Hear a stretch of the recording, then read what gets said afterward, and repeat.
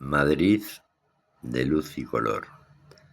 Madrid tiene la luz de Velázquez y las nubes de Murillo, los espejos de Valle Inclán y las corcheas de Mil Canciones. Madrid está poblada de versos en cada rincón y sus sombras no son sombras, sino una canción. Madrid huele a nuevo y a viejo, y suena a canción y a oración. Madrid es una red de calles, una amalgama de adoquines, un rito, una devoción, una explosión de luces, una sensación de color.